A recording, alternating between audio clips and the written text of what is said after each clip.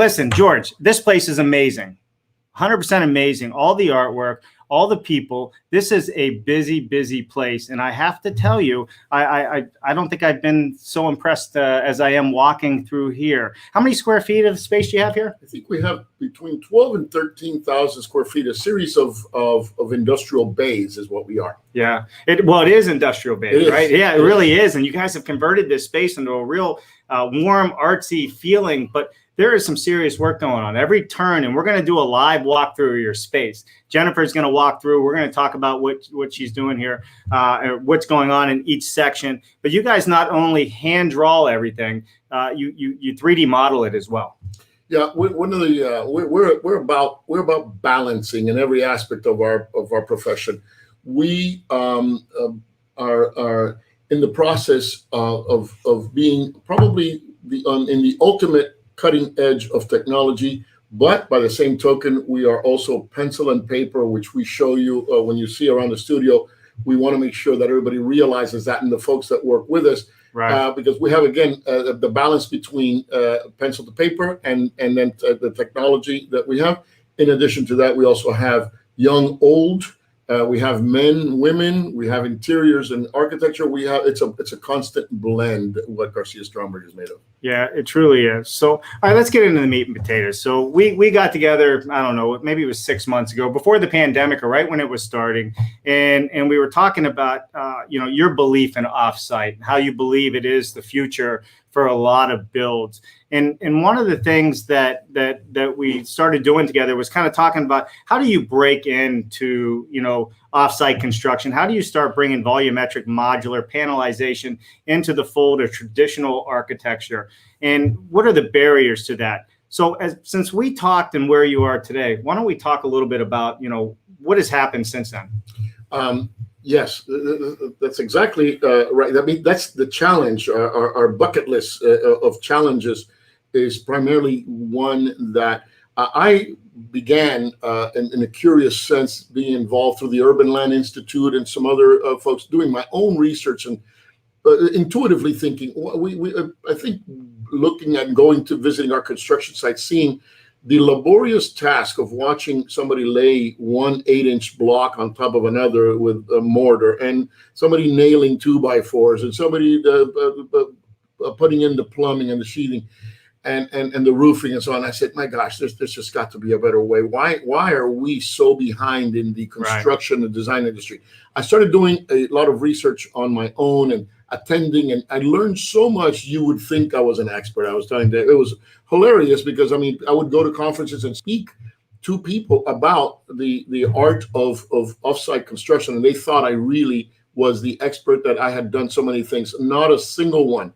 But I became such a believer. And then all of a sudden, I think it was through one of your streamings and so on, I said, whoa, who is this guy? Because he's the guy that I have to contact so that he could get me through the barriers that I'm facing. And how do we take our firm, which we think is not for everybody on a creative sense, and we are on the cutting edge of so much, we are still not there when it comes to that. So I looked you up, and I believe that's how we eventually said, can you help me? I think it's the first thing I said. Can you help us go where we want to go? And in the meantime, we have met some other folks. We have projects, because I feel our next step is we have to get the first project that we are going to deliver it like that. We're going to do it. Even if it's just, oh my goodness, doing some prefabricated closets, we're going to get there. So that's where we've made a lot of progress in meeting people who are interested in the discussion. Now we got to take it to some kind of realization. Well, that's even it. And some of the large projects, I know when you first reached out to me, I said, all right, who's this Garcia Stromberg folks? And I looked you up, and I stayed in that hotel. I stayed in that place. This is what it was like, because we used to come down here all the time, Jennifer and I. So I agree. And where do you start? Like you said, do you start with a bathroom pod? Right? For some of the resorts, like where do you start? And I know a lot of the folks out there watching, Forward Solutions Group, Ben and so forth, if you guys are watching this is something that we're trying to do, is bring all these people together and collaborate, because there is no straight line to offsite construction from the traditional site-built world. In fact, I think it's probably there's a segregation that continues to be some like almost like if it was two different professions. Peter Stromberg, my partner, puts it best. You know, if the automobile industry can do it, why can we not do it? I mean, it takes us much effort to design a vehicle, and that's what we do. We like to take the time to design, and then quality control and the eventual speed of fabrication and economies for fabrication have to come next, and that's what we're trying to do, is bring that together. But right now, there's so much room to improve, and I know there's a lot going on, segregated in a way. This industry of prefabrication is existing a lot out there without us, and we are existing a lot without that industry. And I can't wait until we bring in more believers in an integrated fashion. Yeah, for sure. And you know, hey, listen, this is what we're doing here, and the reason we're doing it is to have these conversations. We know we can build better. We know we can build faster, and we can do it in a different way that's more environmentally friendly, planet friendly, healthier to live in, all of these different things. So, all right, let's talk a little bit. Hey, I see Peter joined us too. Should we bring him in? Absolutely. Let's see. I like this guy too. Let's bring Peter in. Let me set us up so we can. He's the quieting voice. He is the quieting voice. Let me remove that video. All right. Hey, what's happening, Peter? How you doing? We're doing great. So this is interesting, right? So you would think Peter's in a whole different part of the world, but reality says he's only a couple bays down in his studio down there, and he's down there because he's super busy and he needs to get a lot of work done. So you guys set him in his own little space so he can function and keep his head going in the right direction. Is that right? Yeah. Well, we got guitars and drums and 3D printers and sketch paper and paints and everything you need to keep things going. Certainly. So yeah, but we're about 240 feet away from each other at the end of the day. I love it. I love it. You know, Peter, we're going to get into showing the office space here in a minute, but we're going to hold off on that. I don't know how much you caught with George and I speaking about Offsite and looking at Offsite as a potential solution to some of your projects in the future. Surely it's not for every project. You know, what has your take been on Offsite since we last spoke, and what is your take on, you know, where do you see the barriers to entry? I think you and I were talking about earlier with George is it's just I think there's a complacency towards it because we're all used to doing a certain thing, and we get stuck in that mode, and especially time is always a constraint, and 2020 didn't help that out any. And we see projects now kicking back on from the resort atmosphere multifamily projects, which would be ideal for this. But the goal continues to be, we talk about it during the early stages of schematic design and development. Once it gets into construction documents, it's like, let's get in for permit, let's hire the contractor, and let's just do this the way that we know how to do it, that we've done it for the past 30, 40 years. So it's that knowledge and understanding of okay, it's not going to take us more time. If we decide to do it right now, we're thinking about it. As you saw in the studio this morning, we're working on a new resort. And this would be a perfect project. Well, of course, as you know, in about 2 to 3 months, time is the ultimate constraint. But if right now decisions are made that we're going to go a certain way, I think that's for us, that's the first step. Right, for sure. Yeah, no, definitely. And having the right people and like we were talking about, and the right introductions to make that happen, so you can enter it successfully, so to speak, is super, super important. Peter, why don't you just take a second? Why don't you show everybody what your studio looks like? I love it. You guys have guitars. He has drum sets. Can you play us a tune before we get done here today? More of a guitarist, but not a very good one. So, but actually, so yeah, this is kind of the studio bay is very tall, so this camera's not going to really do it. It's about 24 feet, and you can see we've got basically in here we've got drawing boards. We still draw by hand, and at the same time we have all 3D printers that are printing all of the buildings and projects and models, as well as sort of diagrams and studying, you know, different architectural solutions for skins and other things in here, which just tie directly into the prefab world. Obviously, there's an area in the studio here where painting is done and actually music is played in there. Sorry, my camera work is terrible. That's all right. And then walking through, we actually have a bit of a gallery that displays a lot of our studies of facades in buildings. And again, looking at some of our projects, you know, from all different scales, you can see the simplicity of some of the elements and the way we put them together with different patterns and rhythms, again, it just allows itself to fall right into a prefab type of element.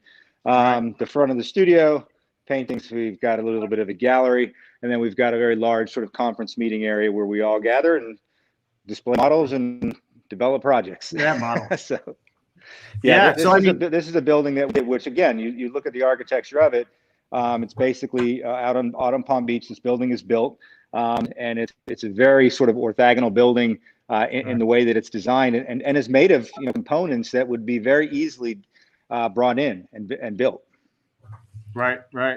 One of the most interesting things, and he's so humble about the fact about playing the guitar. Almost every presentation that we do, he writes the music, and you can go online and listen to Peter's music, and you'll get a whole new inspiration. But what is most interesting that we learned in how more convinced as to the world of prefabrication is because we prefabricate almost every component that we design on a 3D printer at different scales. Yeah. Not to study the building in as much as to study what elements of a repetitive nature can we have pre-built, right, to suit our building. For instance, the city of Fort Lauderdale, who knows what we do, and we have a great time politically getting things accomplished there. Simply the other day at a public hearing said, I hope this is going to be a screening of the garage levels at the level that Garcia Stromberg does it, that looks more like a mural than garage screening. So we're working now on the design of the garage screening, which literally looks more attractive than the rest of the building, what used to be just louvers. So, and then how do we do it? And we're able to do it in a very economical sense. Then we give this data, the digital data, we shoot it over to the folks who now don't have to worry about producing a shop drawing, just build from what we produce.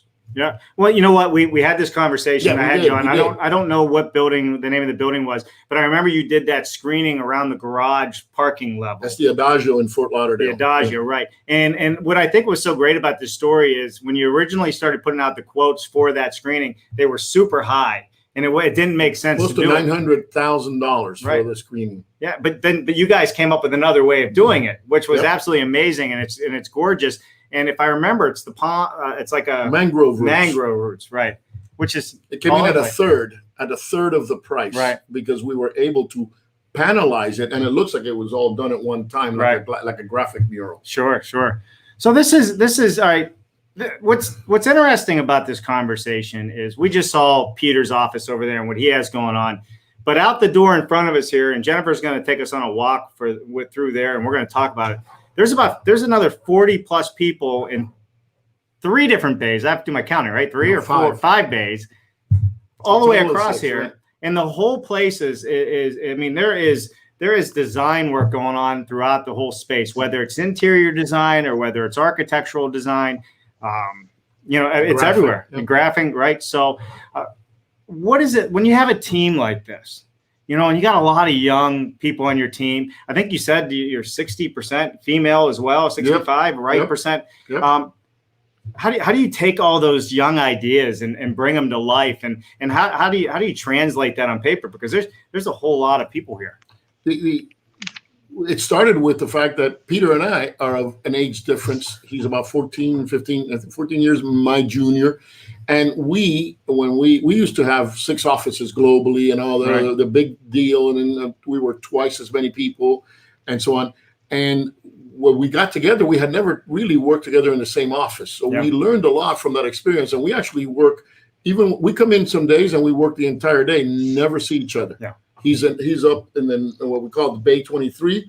I'm in my bay to the south end of the building, and we don't even speak to each other. And then all of a sudden, then we have days and we merge together. But we're at opposite ends of the building. Mm-hmm. And just like what we do is we bring the younger folks, which are absolutely brilliant. People in their 20s some people think millennials don't get things accomplished. You bring them in here. We'll show you how they do get things accomplished. And we love to work with them because bringing our experience, which is hard to teach. You can't teach experience.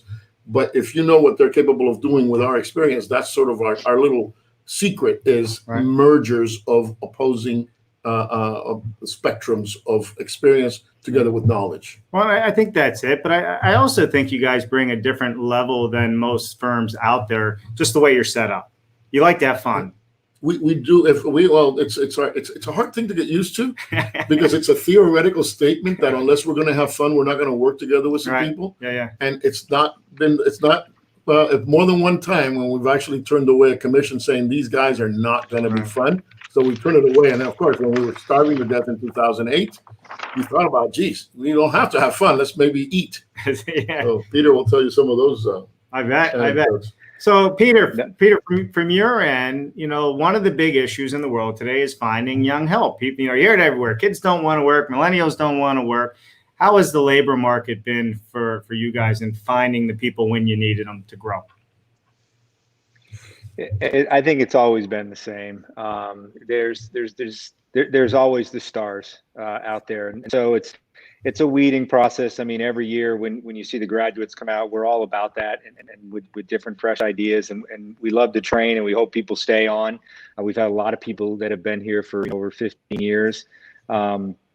But I think, like anything, it's a percentage. So you're going to get 20 resumes, 30 resumes. You're going to find one or two people that have that goal in mind. You're going to find people that have the skills, but they come in the office and maybe they don't have, and we're big on that. We're on the culture part of it, and they don't have what it takes to have the drive because as fun as it is, it's a tremendous amount of work. I mean, I'm 52 years old, and the fact that I can still talk about the all-nighters that we pull doing this is pretty exciting. All-nighters working, right, Peter? I just want to clarify. All-nighters. Yeah, there's nothing else going on. No, not at all. Maybe a little guitar. Sure. For sure. So walk us through how you go from concept to actually build in your firm. So how does a project typically come to you? And then what is the process that you guys go through to, I guess, vet a project? Does it make sense for you, right? I'm sure there's some of that. Does the client make sense for you? And then walk us through what the process is from your firm all the way out the door to a finished product. Well, I'll start with how we possibly end up with a project, and then Peter can kind of get you involved with how it then gets into concept stages and so on. We're very careful on our end in the promotional world. Both of us are out there, and we thank God. We're not a big sort of advertising organization, and we don't have marketing. We have a little marketing group that consists of about 6 of us in business development. And it's just a bunch of the young people and with us. And we just had a meeting this morning before you guys got here. Right. It was our marketing meeting every couple of weeks. And we talked about we should formalize one day and not just kind of go off the cuff. It's hard to do that because that's who we are. Right. We somehow get at this stage in our careers, we sometimes pursue people and we get a chance to meet them through somebody we know. Right. And they're people who are doing things that we know are going to be a good fit. If they do, in fact, give us the opportunity for an audience, we generally will not walk away without the project if we really want to. Right. We pursue it, and we know how to wine and dine and all the rest of the other good things. And then they come in here. If we get them in here, then we know that the deal is just about sealed. I mean, before we talk fees, right? Right. We are not in the starving artist category. And we're not for everyone, and not everyone is for us. So we really try to make an assessment of this is going to be a relationship and a marriage of what are they going to do. For instance, a resort and so on. We're blessed right now to work with the Michael Dell and the MSD group. Imagine how many people would like to do that project, but I think they saw what we can deliver. So anyway, okay, come in, and then the first thing they do, we programmatically, what would you like to do? And then I'll let Peter speak a little bit to how we then kind of start steering the project towards a from an abstract to the realities of what it can be. And we don't just enjoy the pretty pictures. We are all about economy, construction schedules. We know how to work to a budget, and we do our own construction documents. We don't sub it out to India or Miami or so on. We compete with the big boys. Right. And all that stuff. Well, yeah, you guys are doing massive projects. Peter, if you want to talk a little bit about where it goes once it's in the door and you start designing. I mean, that's that's a big part of where these projects move from conception once you're done whining and dining and getting the deal. And we're not talking, $500,000 projects here. We're talking multi-million dollar projects. So it really is a big deal once you win one of these deals to move it through the pipeline and build it. Yeah, you eat it and live it and breathe it for the next 4 to 5 years. In most of our projects that we work on. And we were just talking yesterday with clients for 10 years. We've been working on the same projects. But it's always trying to look at it differently. And once projects do come in and we sort of gather, we talk about the ideas behind the programmatic criteria behind it. And then most projects start with, and I'm working right now on the board with, it still starts in early sketches and ideas. It also formulates itself sometimes through the sense of it through painting in the studio. And so usually the first presentation of a project, if we, depending upon the scale, if it's 2 weeks or 3 weeks after, that presentation for a building would include a painting, an idea that sort of was an inspiration behind the overall aura of it. And usually that painting ends up hanging in the lobby of the building at the end of the day. That is mixed and layered with sketches. And then immediately, sometimes that is scanned into the computer, 3D printed in an abstract form, and that starts to become criteria that we use on facade work and patterning and stuff. And at the same time, plan and elevation and section are being developed always. And we start very early on from the very first sketch of building massing models in the computer so that everything is looked at from all different angles. Once that happens and we present to the client, that really becomes that first book presentation that we continue to add on to during full schematic design and design development, which is also part of the criteria, which is really nice because any of the municipalities that we go into, like the painting behind you, would have been the cover of that project and the idea behind that building. And the city starts to recognize it, not just through the fact that it's a name on it, but it's the overall sort of coloration of it and the sense of it. That goes into construction documents, and we continue that philosophy through it, and then right out into the field and into construction. And the nice thing is when we have the opportunity to be doing the architecture and the interiors. For instance, George was at a project yesterday that we're just starting a next phase on. I mean, we're looking at everything from the color of the wall coverings in there, if it grasps a sense of natural light coming into the building. So it's really and with that process, Dave, you were talking about, we love it because we'll look at each of the projects and go to each of the people, and then you start to learn the skill sets of all the people in the studio. And so most projects, you'll have 6 or 7 people working at the same time in different spaces, but everybody knows what the goal is at the end of the day. Right. So I guess so. So all the people that you have are working on probably particular pieces of that project, and then you bring it all together. It's much like filming a movie, and that's why I bring in the music. If you've ever seen a movie being cut and edited with no sound, it's horrific. Yeah. It's not until that happens, and we get inspired by when we do add music to it and artwork and so on. To us, we work a lot on bits and pieces. And then eventually we kind of bring it together. We start editing the film or the project, right, and it begins to fall together. It's a different way to design, because if you hear the terms like form follows function, we laugh at that, because we have never done a building that is form follows function. It just doesn't. That's not the deal. That's not the way it works here. Form, as somebody once said, I forgot, a professor said, form follows fiasco, which is follows everything that you could throw at it, because form follows budget, form follows schedule, form follows the personality, and form follows a lot of things. And projects are not just, let's get the floor plan to work and then we'll see what the building may look like when we elevate it. No such thing. And I think the issue with that, the issue with that is it's still about pragmatics. It's still about working and functioning, but I think and as George was getting, if you subscribe so much to that form following function, then you're a rose is a rose. You're not looking at this thing from a different angle and how it can still be incredibly functional. And that's what we always get excited about, especially the more complex the problem, the more fun it is. Yeah, right. Well, the important part of this whole conversation and being in this office and seeing it from my own eyes is we need more of this in offsite construction. Now, when I say more of this, more creativeness, more ideas like that you guys bring to the table, a different way of thinking, not just an engineer's just drafting ability thinking where everything's square and right angles. So I think, moving architectural firms such as Garcia Stromberg, in a direction to where you have some projects that maybe are off-site, I think is a big shift for our industry. The hotel industry is doing it, the Marriotts of the world and so forth. They've already made the shift. There's a lot of bigger developers out there that are making the shift.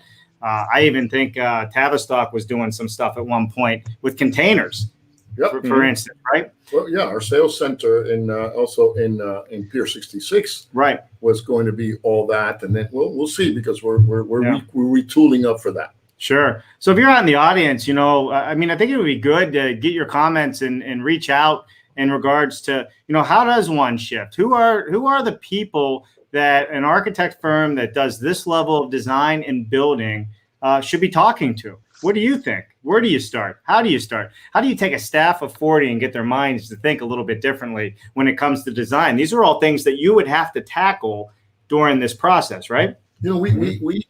We have so many consultants, because we're about collaboration. Yeah. And we have so many consultants on a project now, because the world is so complex, and because we get involved with $500 million projects, and we're only architects. Yeah. And so we work with sound consultants, acoustical consultants, weather consultants, envelope consultants, so on.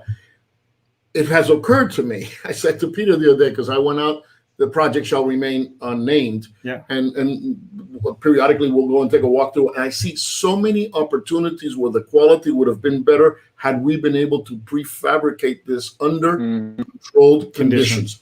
I thought the other day, I was talking to Peter, we should have a prefab construction consultant, somebody who could tell us, oh, don't design that way, design it in detail this way, because you can build it, panelize it, and bring it out to the site.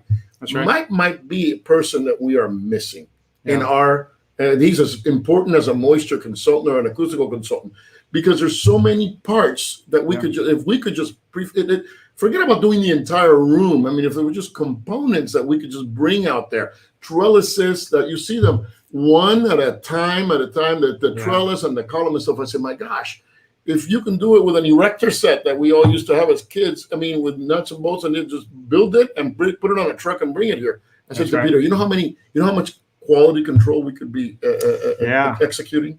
Absolutely. In fact, I'm actually going to pull up, I know we did this before, for people that are joining us that don't know your work.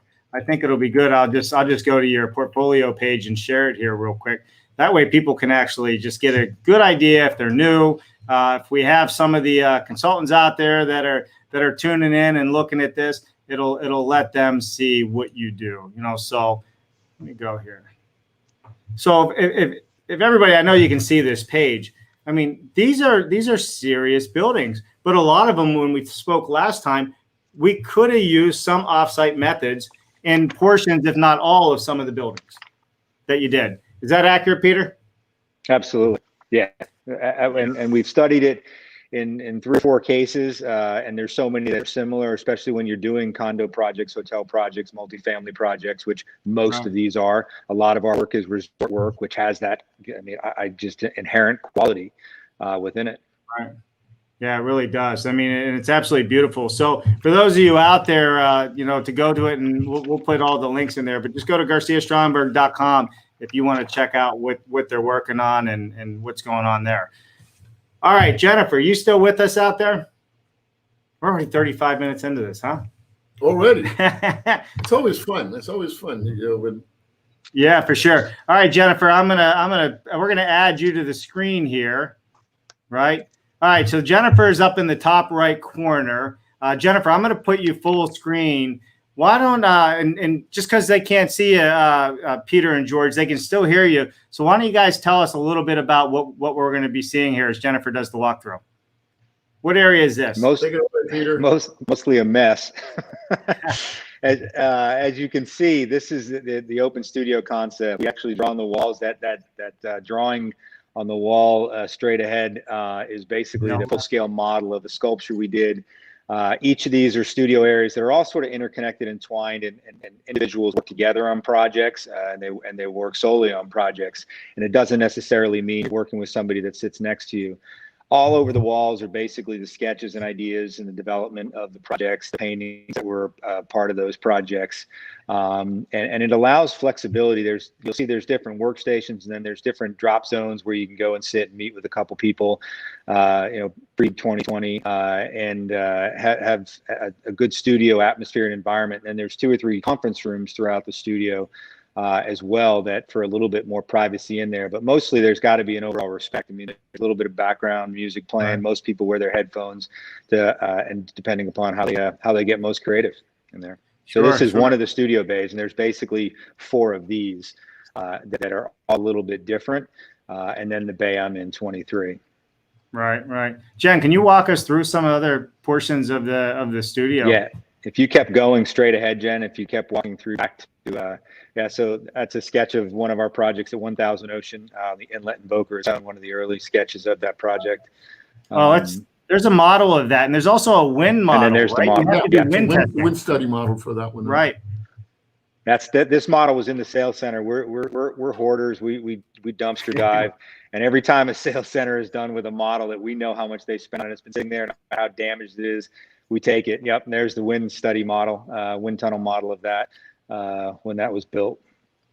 So you actually, when you design these, you got to build the models to do the wind testing, especially since you're close to the ocean, your high wind, your hurricane force winds, all those things. The Florida hurricane resistance code, particularly now that it's being updated. In fact, just when the new one went into effect, the wind pressure studies are serious now.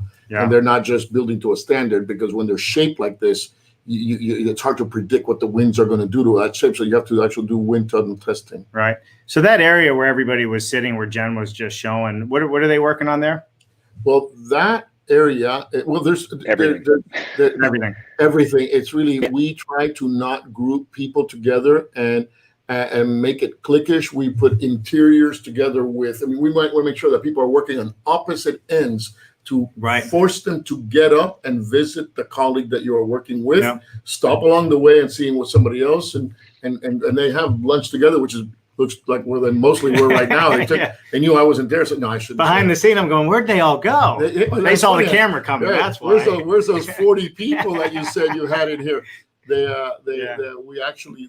get hungry around lunchtime. They get very they're very good friends. All these people that get together, and right away they go out after work, and so we don't work in groups in locations based on the project. We like them to be completely dispersed, and we have nobody working on a particular project in sitting next to each other. Well, and that's kind of the culture. All right, so Jennifer, where are we at? Where are we at now? I see more. So now you're back in another space. This is Roger's studio in the back.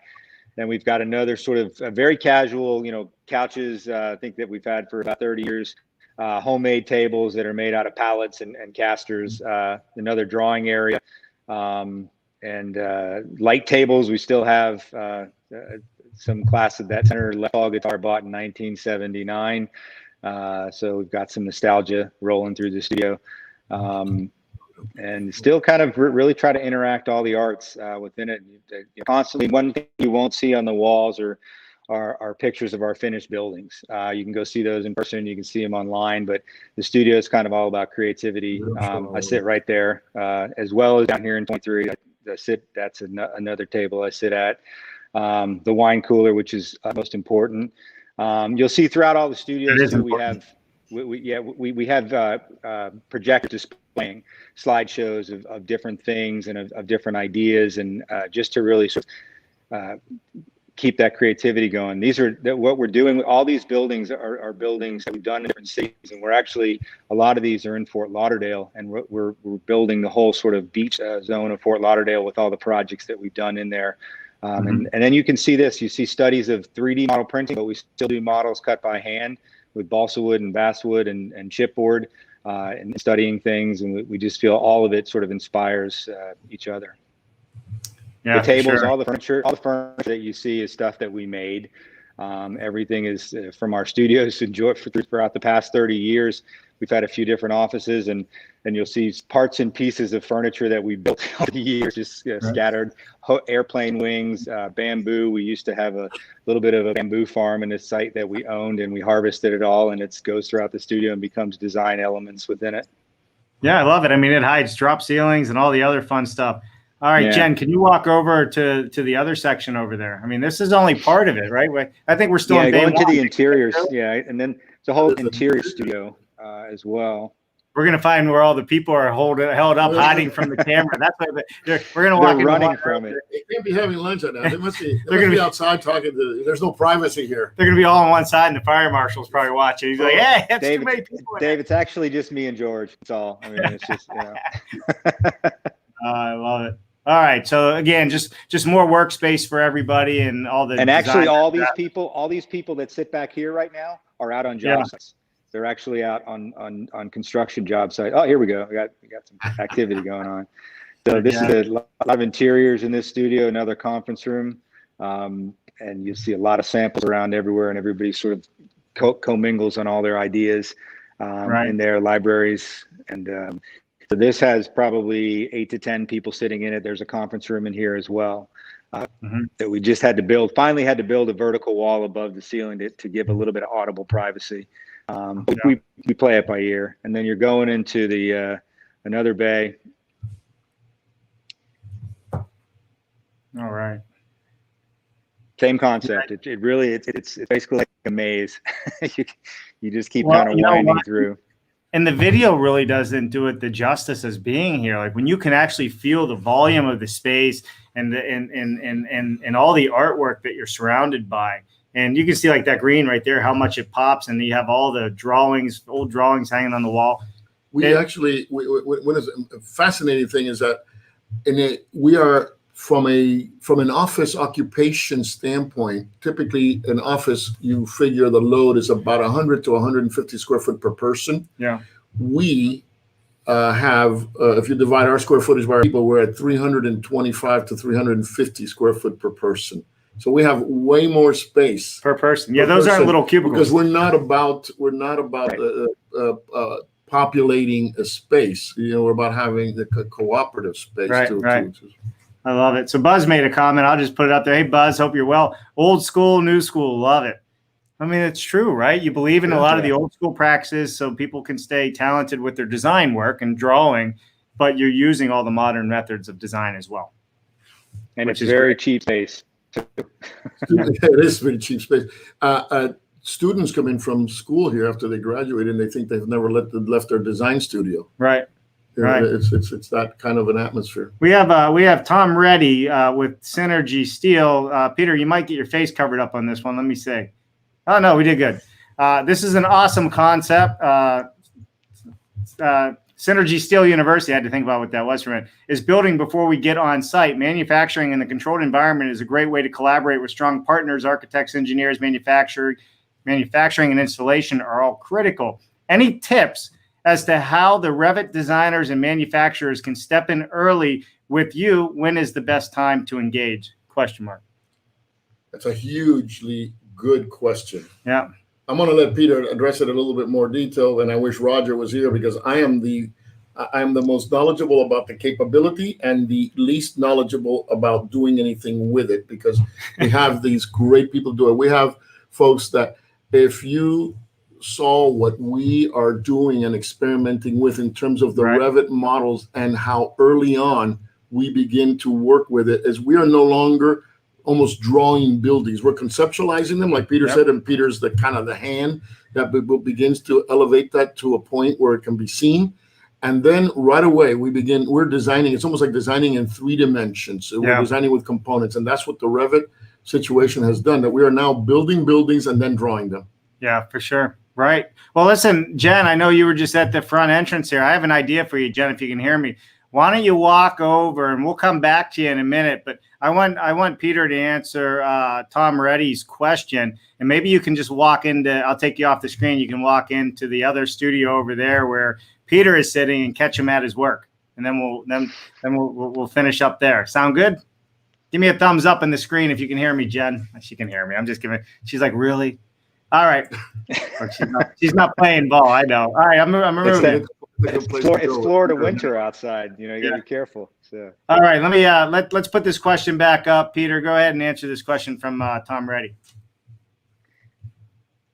I think the tip would be that we need to talk because we are so involved in Revit and all of our projects, as George said, and those components are being built so early on, and we're able to do it now in schematic design, which is incredible. So by the time we finish schematic design and we get approved, we have, you know, obviously with Revit, we have the ability to see a tremendous amount of those elements. And I think that a tip would be to get it in as early as possible, because I think that time to engage when we're starting on phase 2 of a big project that is just finishing phase 1, we're just going to start designing that project right now. As we start designing all of those units and components, we'll start right off on Revit in there. If we started communicating and saying, all right, here's the kitchens and here's the bathrooms, or here's the module of this bedroom module, and this can be easily used and built into the Revit model, so you guys are working with us at the same time in our initial presentation. That's kind of goes back to what we were talking about earlier. You really want to have that such an integral part of the presentation to the client, so that they start to bite into it, and they start to understand the cost of it. They start to understand the implications. They start to understand the quality control of it, which we're seeing. And that's I think George, you know, said it earlier. It's the biggest part. I mean, we all want to have those buildings when they finish look just like they did in the computer model. And rarely does that happen, just because of the trade. So I think the tip is for us to just pick a project and try it. Yeah, for sure. Well, you know, Synergy's been they're based out of Georgia, right, Tom? I think, and you guys have really been doing a lot of big projects with their steel panel wall systems and things that they're doing. So I appreciate the comment, Tom. Thank you very much. Thank you. Let's say hello to Dr. Ben Jamar. How are you, Dr. Amar? Inspiring environment to stimulate creativity. So Dr. Amar is a professor overseas in Scotland. So we appreciate you joining us today, Doctor, and I owe you a follow-up as well. So I love it. Let's see who else we have tuning in. All right. Hi, it's Colton. What is happening, Colton? I hope you are well. Look at that. Young people on Twitch. This is what I was talking about. You got to have the young people on Twitch. Buzz says, happy hump day from Conklin. Hey, Buzz, thank you so much. And Newton Roy, welcome. Listen, if you guys out there have any questions, I know that, you know, where we're at and what we're doing isn't the typical offsite path that we normally have going on a Wednesday show. But we really need to understand that to take our industry to the next level, we really need people like Peter and George in this industry, and you're thinking and your type of staff that you have on hand to take us to the next level. And I think this is what's so important about in this conversation. And you're getting the young people to work for you. That's huge. It drives us. It drives us. We get accused a lot of being immature, and we always say, well, good, let us know when we start to grow up, because that means it's time to hang it up. And those young people, they love the fact that they don't have to reach out real far to reach us. They know it's like talking to a child. We know how to get down on our knees and speak to the younger generation, and they drive us and we drive them. Well, that's the culture. We've been speaking about culture. We speak about culture on this show all the time. If you want to have a staff of great people, you need to have a good culture. You have to. And there has to be a culture people believe in, and you can see they believe in it here, and that's what makes it so much fun. They want to hang out with you, right? Wine parties. They wait for that. I'm in. It's Wednesday. We start early, right? I think between Wednesdays and Thursdays are when we get going with that. For sure. All right, Jennifer, I'm put you back on the screen here. I believe you were getting ready to walk in. Let me see if I have the right. Okay, you're on, Jennifer. Let's see. Where are we? We're walking into the entrance to Peter, right? Yeah, you're in the foyer at Bay 23 in here, sort of entering back again, sort of an art studio environment in the foyer, displaying different pieces and paintings. This is where we can meet with several people used to again, and what's nice is you can actually socially distance in this conference room very successfully and get a lot of people in it. All over the table you see, actually we're working on several custom homes right now. And one of the things that about our practice and firm is we don't describe any style. We'll do some very contemporary high-rise buildings and resorts, and we'll also do some extremely traditional houses in there. And our philosophy is that it's got to be right. And so we're doing actually the whole streetscape with these custom homes that are all for clients that have already purchased, and we're working on individually, and they're all next to each other. This is LinkedIn. We can have all of our Zoom chats and everything on these TVs. And this studio, again, is very open. It's two big spaces. You got that front space right there, bathroom and kitchen on your left-hand side as you come back. You'll hear me talking because I'm standing right around the corner here. And in this area, again, all displayed you can see all the pallets of different things that we build out of. The coffee table here right back in this studio is built out of another pallet glass we found. That's an area actually where I paint in that zone, more guitars and drum sets back in this area. And then I'm standing right on the right-hand side of the screen. That's so you're freezing up a little bit, Jen. I think the internet's not the same signal in that part of the building, but yeah, definitely. You can see Peter right back in the background there, which is great. So, well, listen, guys, I mean, I think this was absolutely wonderful. Thank you, Jen, for walking through and doing all that. Let me put up the Garcia Stromberg GS4 studio. What does the GS4 stand for? It's Garcia Stromberg and the 4 disciplines that we engage in. And we have, which is architecture, land planning, graphics, and art. Right. And it fluctuates because we do so many things, but it began as a spin-off when we began to get heavy into interiors. Yeah. And so the truth is, it's architecture, interiors, architecture, interiors, graphic, and art, exactly. And then what we do with what we do is, if we're doing we're not the architects for every project we do. We may just do the interiors, and then it's just GS4 Studios. Is then we actually give it that title. Our corporate name is GS4 Studios LLC, but we do a business aspect with Stromberg because it's been in history for 30-something years.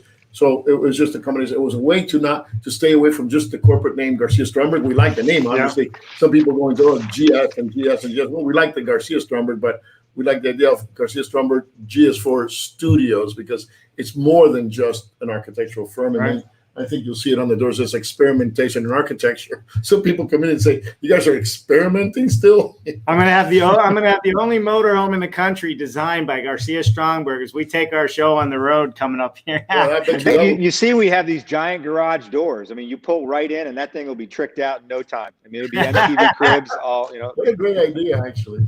It is a great idea. All right, well, listen, I'm picking it up next week, so hopefully maybe you guys can clear your schedule and take that on. You bet. I know. At least we can get some art. We can get some artwork and some great backdrops. You guys drew all this. I think everybody has to understand this. I mean, you guys are architects and artists and designers. We're designing musicians, carpeting and furniture and carpeting, tiles. We design a whole bunch of things that are getting manufactured now. We design our own tile interiors and I said carpeting. We strike our own. We design carpeting. Came out. I think if it was this one, another for a hotel in the Cayman Islands. Right. We designed it, and then the company came in and they did a strike off, and it's on the floor now. Right. They have a word for you too. It's called overachievers. I inspire to get this much work done. I love it. So, hey, everybody, let's see what Tom had to say, and then we're going to wrap this up. We're almost into an hour, and everybody's busy here. Thank you for the response. We will connect very soon. Outstanding. So, Tom Reddy's a great person. Met him several times. All right, everybody. Thank you so much, Peter, George. Thank you. This has been absolutely awesome. I'm going to leave you on there, Peter. I'm going to go through my outro real quick with everybody. We have some great shows coming up over the next couple weeks. We got a whole schedule we're getting ready to put out. We are going to be doing our road show starting in February. Ticker below, you can see the information there if you're interested in being part of that, if you're interested in sponsoring us. If you're a university, if you're a high school, if you're a trade school, and you want us to come by and live stream from your location and let you talk to all the experts. This is what's great about the show, George. A young person can ask you a question, which normally would never know how to go about getting in touch with you, talk to you on this show. So we're bringing this to everybody. We're going to bring the innovation and the people that are doing it better to everyone. And again, I want to thank our sponsors, Forward Solutions Group, Ben Hershey, Joe Butler. They are a team of more than 175 years of experience developing and specifying manufacturing for panelized, volumetric, modular industries with best practices in development and implementation. They offer consulting with investors, developers, manufacturers, buildings, and using offsite manufacturing methods. Forward Solutions is driving companies to succeed where others have failed, and I know them very well, and I'm glad to have them as a sponsor. All right, listen, Peter, George, it has been great, but you've been kind enough to put some sandwiches over there, and I might have to run over and grab one of those soon. I'm getting hungry looking at them. You guys have a great day. Thank you, everybody, for joining us. I'm Dave Cooper. Thanks, Dave. George Garcia and Peter on the other side there. We'll see you next time. Bye now. See you.